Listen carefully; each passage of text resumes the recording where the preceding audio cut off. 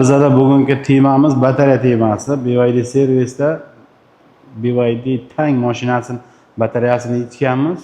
Bunda bo'ladigan muammolardan bittasi, asosiysi shu zaryadni 0 gacha tushirib haydashdan bo'lgan. Mashina 20% dan zaryad tushganda, o'zi 20% dan tushganda o'chib qoladi. Ya'ni 20 ga borganda o'chib qoladi. Endi siz yo'lda ketyapsiz, 100 km zapas xodim bor deysiz.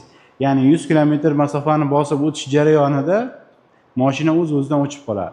Shu uchun bunaqa vaziyat bo'lsa servisga olib kelsanglar, o'zimiz BYD servisda mana ko'rib turganlaringdek apparatlar ulangan turibdi. Bu apparatlar nima? Bu apparatlarning vazifasi batareyani, o'lgan batareyani tiriltirib berish, ya'ni yechinkalarni bir-birida muvozanat, disbalans bo'lgan, shuni bir-biriga to'g'rilab, bir xil qilib berish.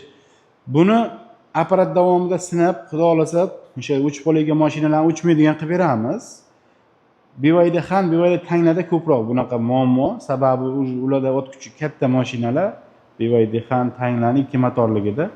Bu mashinamiz ham o'sha 20% dan o'chib qolgan. Mana hozir o'zini ulab, apparatlar yordamida ko'taryapmiz balansировкаларni. Xudo xolasa ishni chiroyli qilib, videolarni ham qo'yamiz.